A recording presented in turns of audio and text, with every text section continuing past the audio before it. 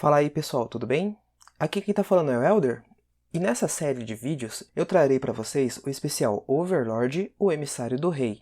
Essa é uma história super divertida, onde Aizo cria um Death Knight e pede para ele fazer perguntas para os Guardiões de Andar, a fim de melhorar o relacionamento deles e ver se eles precisam de algo. E as coisas vão ficando bem malucas com as respostas deles. Mas antes de continuar, eu gostaria de deixar um recadinho para vocês. Em nosso canal, nós já temos a playlist do especial Overlord, a Princesa Vampira do País Perdido, o especial da Conquista da Grande Tumba de Nazarick e o especial chamado História Complementar, que conta sobre um divertido encontro entre Arbedo, Chartia e Aura. E esses três especiais, além de serem bem legais, eles acrescentam bastante informações a essa incrível obra. E se você curte Overlord e quer ver mais vídeos como esse, inscreva-se no nosso canal, ative o sininho de notificação e dê aquele super like para ajudar a fortalecer o canal. E vamos para o vídeo!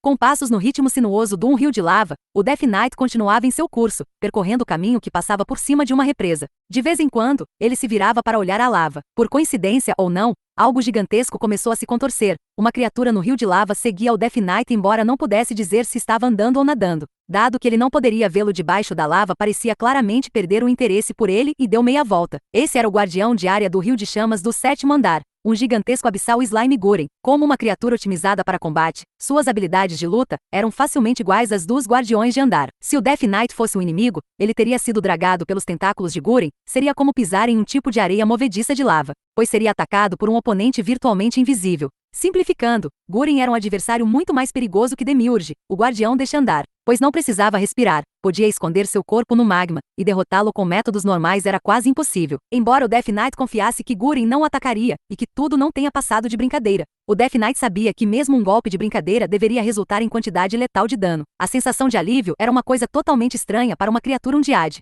mas quando Gurren recuou, o Death Knight pôde entender essa sensação. O Death Knight continuou a passos largos. Não tardou e ele pôde ver um aglomerado de colunas brancas espalhadas aleatoriamente à frente. Outrora, esse lugar poderia ter sido um majestoso templo ao estilo grego, mas as colunas estavam espalhadas como se tivessem colidido violentamente umas com as outras, e as estátuas de vários deuses haviam sido profanadas e destruídas. O teto havia sido quebrado, e as peças estavam cravadas no chão. Assemelhava-se às ruínas deixadas depois que os demônios expulsaram os deuses de seu lugar no céu. A desolação permeava toda a cena, e entre eles estavam as formas de demônios que eram muito superiores ao Death Knight. Eram os Evil Lords, demônios que estavam em torno do nível 80. Seus olhos pareciam conter uma emoção parecida com curiosidade. Foi apenas uma reação natural, dada a aparência de uma criatura undead até então de identidade desconhecida. Obviamente, ainda foram capazes de discernir que eles e o Death Knight serviam ao mesmo propósito, de modo que não deram lugar aos seus instintos demoníacos trazer sofrimento a todos. Eles perguntaram ao Death Knight a qual guardião de andar ele servia, algo visto como cortesia.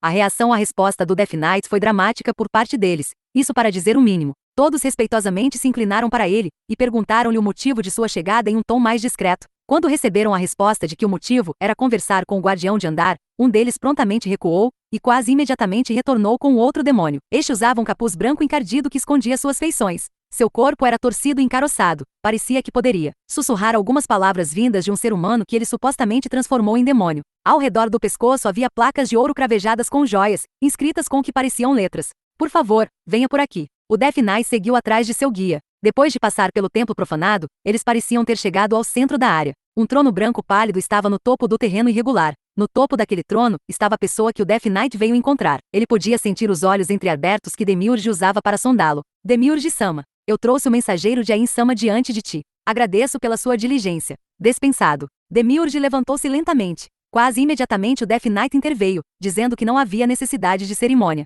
Entendido. Você é. Mas é claro, como eu pensei. Era por isso. Há pouco mais de uma hora, alguém passou pelo 7º andar. Esse seria você? Não havia nenhuma dúvida sobre isso. Depois que o Death Knight concordou com a cabeça, Demiurge sorriu. Então quais são as ordens do Ain-sama? O sorriso de Demiurge parecia brilhar de antecipação. Sem surpresa, a primeira pergunta foi a mesma que a anterior. Mas é claro, esta é a intenção do Ain-sama. Bem, vejamos. A fim de alcançar meus objetivos, acredito que posso cooperar com qualquer um dos outros guardiões. No entanto, considero-me uma espécie de faz-tudo, sendo assim, durante o combate, eu duvido ser capaz de trabalhar muito bem com alguém que orienta usando comandos, no caso me refiro a Aura. Eu sinto que trabalharia melhor se tivesse parceria com o Cocitus, mas como disse antes, mesmo que eu não fosse capaz de me dar bem com qualquer um dos guardiões. Se o Ain-sama ordenar, eu combinarei minhas habilidades com as de qualquer guardião ou seus subordinados, de fato, mesmo que eu seja incompatível com Sebas. Duvido que ele tome quaisquer ações que contrariem os ditames de Ain-sama. Embora o Death Knight tivesse conversado com vários outros guardiões até agora,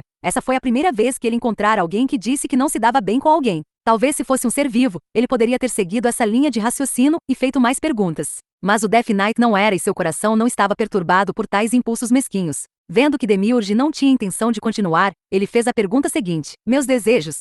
Certamente essa será um pouco desafiadora. Demiurge ajeitou os óculos. Posso perguntar sobre os motivos subjacentes a essa consulta? Oh, minhas desculpas, você não precisa responder. É o dever de um bom subordinado discernir as verdadeiras intenções de seu mestre e tomar as medidas necessárias para cumpri-las. Embora, na minha opinião, a natureza exata desses motivos possa ser reduzida a duas opções, mas qual delas está correta? Ou talvez exista uma terceira. Demiurge era imune ao fogo, mas gotas de suor começaram a se formar em sua testa. Embora o Death Knight estivesse livre do fardo de responder, não era como se ele pudesse ter respondido para começo de conversa. No final, Demiurge, que resmungava e murmurava, finalmente suspirou no final de suas ruminações. Deve ser uma dessas duas opções. Primeiro, se o Ain-sama deseja saber qual domínio eu desejo governar para ele depois que o mundo for conquistado, então pedirei o direito de administrar os céus em seu nome. O Death Knight assentiu. Afinal, apenas seu mestre poderia decidir quem receberia o céu. Alternativamente, se ele deseja saber o que eu exigiria para fortalecer Nazarick, então minha resposta é que eu não preciso de nada. Embora eu não saiba se poderá transmitir totalmente a mensagem ao nosso mestre, espero que observe esse domínio. Demiurge abriu os braços. Esta terra, este lugar,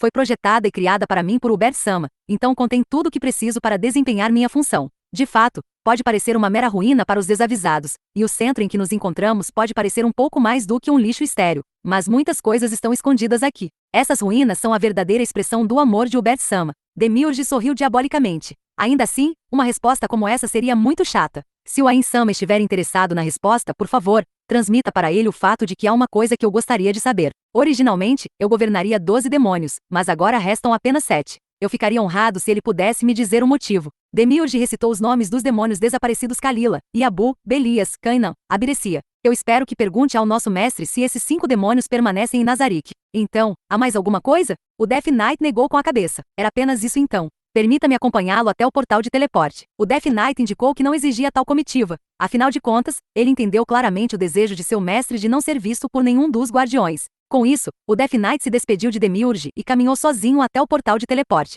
Desta vez, seu mestre não falou com ele. Depois de entrar no portal e retornar ao 9º andar, ele ouviu a voz de seu mestre. Ele foi instruído a retornar à sala de Ains. Ele começou a correr, mas então se lembrou do encontro com a empregada. Em vez disso, o Death Knight adotou uma corrida silenciosa que não convidava a repreensão, e por esganiçar de vez em quando, ele cobria a boca com as 2 mãos como uma contramedida improvisada. Depois de correr por várias curvas, ele finalmente viu os servos guardando os aposentos de seu mestre. Eles lembraram-se de sua saída, então imediatamente se afastaram da porta e o deixaram passar. Depois de abrir a porta, Ains pulou de susto e colocou algo debaixo da mesa. O Death Knight viu o que poderia ser. Depois de ver que era o Death Knight que abrirá a porta, Ains soltou um suspiro de alívio e levantou a mão direita. Então era você. Por um momento me lembrei de como a surpresa se parecia. Bem, da próxima vez, bata antes de entrar. Ains, enquanto retornava o livro em sua mão direita de volta à sua dimensão de bolso, murmurou imprecações no Death Knight que estava cuidadosamente fechando a porta. Normalmente, seu mestre deveria ter sido capaz de sentir a presença e localização do Death Knight. Talvez seu choque tenha vindo do fato de que toda a sua atenção estava focada no livro que acabará de guardar. Bem então, deixe-me ouvir as respostas do Demiurge. Quando Death Knight falou sobre quem Demiurge estava próximo e distante, Ains, por falta de algo melhor para dizer mesmo sem expressões no rosto devido a ser um esqueleto, sorriu. Entendo. Bem, faz sentido se eu os imaginar como seres que os criaram. Touch-san e Obert-san. Ah, aqueles foram bons tempos. Da dimensão de bolso, Ains retirou um quadro de prata que era maior que sua mão. Depois de manipular o objeto, uma imagem apareceu. Esta imagem mostrava mais de 30 criaturas heteromórficas, e Ains apontou para 2 delas. Esses 2 nunca se deram bem antes da formação da Ains ou Algon. Sem serem fotos assim, quase nunca os veria juntos. Eu acho que dá para contar com os dedos em uma mão, isso incluindo o dia que conquistamos Nazarick. Realmente, esses 2 nunca se deram bem. Embora ele parecesse estar explicando isso ao Death Knight, ele sabia que seu mestre não estava realmente falando com ele. Como tal, o Death Knight não respondeu. Ele sentiu que era isso que seu mestre esperava. Então realmente as crianças se parecem com seus pais. Ains parecia gostar muito dessa placa, dado o olhar satisfeito que tinha. São como seus pais. HM? Como seus parentes. Ains franziu as sobrancelhas inexistentes. Bem, faz tempo que não vejo aquele sujeito. Acho que devo ir visitá-lo, ou não. Só de ver ele me faz sentir. Será que? Eu me sinto desconfortável. Desconforto. É isso. Ah, enfim, conte-me o resto. Ao ouvir os céus como resposta, Ains pareceu surpreso. Ele realmente disse isso? O Death Knight assentiu profundamente. Os céus, Bem, ele realmente pensa grande, que gesto inesperadamente romântico. Ou ele veio com isso quando estávamos olhando para o céu naquela noite. Quão inesperadamente interessante o demiurge é. Alguém pode até chamar isso de um desejo inocente. Bem, não importa os motivos, não é algo que eu possa dar, mas eu poderia presenteá-lo com algo equivalente. A outra resposta foi: eu não preciso de nada para fortalecer Nazarick, e o rosto de Ainz era uma imagem de choque após ouvir isso. O Death Knight retransmitiu o resto das palavras de Demiurge para seu mestre, e depois de ouvi-las, Ainz suspirou. Ele está absolutamente certo. É exatamente isso. Todo guardião vive em um lugar cheio dos sentimentos de todos. Que vergonha! Pensar que eu poderia fazer melhor do que seus criadores, fui perguntar a eles o que mais precisavam. O que eu estava pensando? A única resposta que eles devem ser capazes de dar é que eles não precisam de nada. Daquela vez que, enquanto eu criava o Pandora's Hector, eu também fiz um lugar totalmente equipado para ele. Mesmo que tenha sido projetada para ser nossa base secreta. Ah, que vergonha! Eu fui um idiota. Estou realmente apto para governar, para administrar este lugar? O silêncio desceu sobre eles por um momento. O ar estava sombrio e pesado, mas o Death Knight não podia falar palavras de conforto, porque não lhe fora permitido fazer.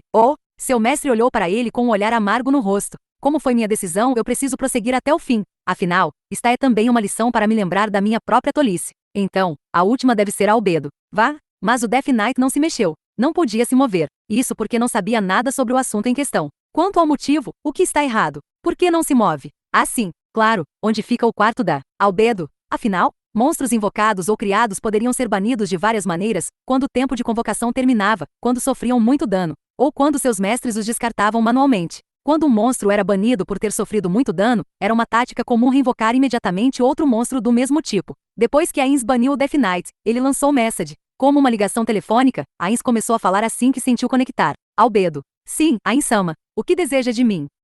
Não é nada importante, só quero conversar com você. Onde está agora? Com conversar comigo. O senhor tem apenas que me dar uma ordem e irei correndo para o seu lado. Não há necessidade de criar esse empecilho. Eu só gostaria de conversar com você no seu quarto. Onde está agora?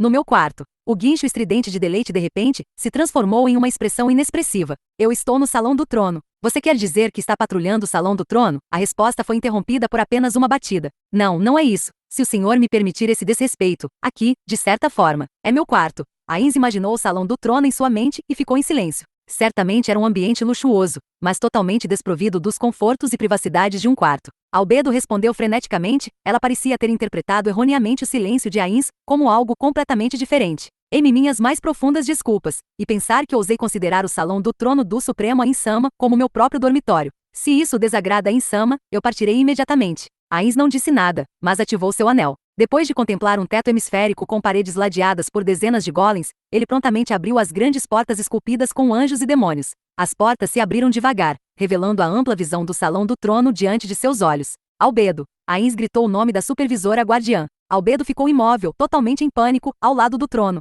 Mesmo a essa distância, Ainz podia ver claramente que os traços perfeitos de Albedo estavam congelados. Albedo, me perdoe. Ainz adiantou-se enquanto se desculpava. Eu escolhi este lugar para ser seu quarto. Foi minha culpa por não ter te atribuído um aposento apropriado. Me perdoe. Se fosse na raiz do problema, a culpa pertencia a Tábulas Maradina. Afinal, ele deveria ter sido o único a dar a Albedo um lugar para morar. Mas era preciso considerar o fato de que, antes de serem transportados para esse novo mundo, Albedo não passava de um arranjo de bits e programação. Esperar que ele previsse essa possibilidade e projetasse um quarto seria pedir demais, mesmo para alguém com transtorno obsessivo-compulsivo. De fato, Ainz e os criadores dos outros guardiões tinham feito isso, mas isso não era a norma entre eles. Embora Tábulas Maradina fosse um maníaco que criava narrativas e designs extremamente longos para suas criações, sua imaginação estava provavelmente dentro dos parâmetros normais. Se alguém tivesse que apontar o dedo para alguém, então Ainz só poderia nomear uma pessoa. A si mesmo, Ainz ou Algon. O nome da única pessoa até agora que havia chegado a esse admirável novo mundo. Depois de vir a este mundo, os NPCs se tornaram sencientes. Então, antes de tudo, ele deveria ter entendido suas respectivas situações e assegurado qualidade de vida a todos, garantindo assim que pudessem desempenhar suas funções sem quaisquer inconvenientes. E pensar que foi aqui. Ainz pisou com força no tapete vermelho vivo, seus dentes rangiam. Ele olhou para o chão de mármore branco, e quando olhou para cima viu o amplo e vazio espaço do teto. Não havia nada aqui que pudesse sustentar a vida. E pensar, ela teve que dormir aqui todo esse tempo. E chegamos ao final desse vídeo. Até mais, pessoal!